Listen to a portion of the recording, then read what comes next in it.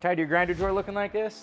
All unorganized, stuff everywhere, getting poked with your wire wheels, grinder shoved in a drawer.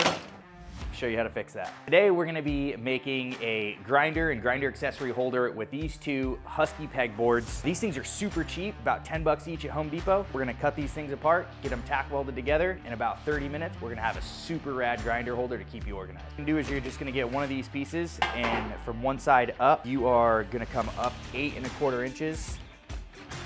You're gonna make a mark, and then you're just gonna take your grinder and cut it straight across. So now that we have this cut, we need to bend it at a perfect 90, right at 4 inches. Grab a crescent wrench and we're gonna flare our end pieces up a bit. If you have a sheet metal brake, great, go ahead and use that. If you don't, you're gonna need to bend it. So that's what we're gonna go ahead and do now. This right along our straight edge, and we're gonna just start to crease this over.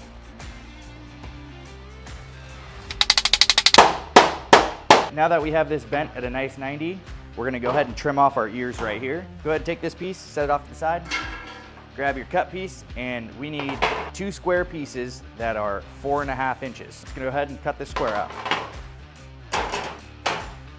Now that we have our pieces cut, we're just gonna go ahead and get them cleaned up before we start welding on them. When we do start welding on them, we wanna be really careful, and we're gonna have the welder down really low, and we're just gonna do a bunch of little spot welds because this metal is really thin. Let's get this thing cleaned up.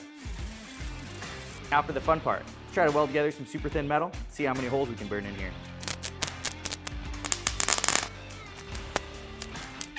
Take a hole saw bit, line it up about halfway, 4 inches from the end. Give this little mark, same thing on this side, 4 inches from the end. There we go.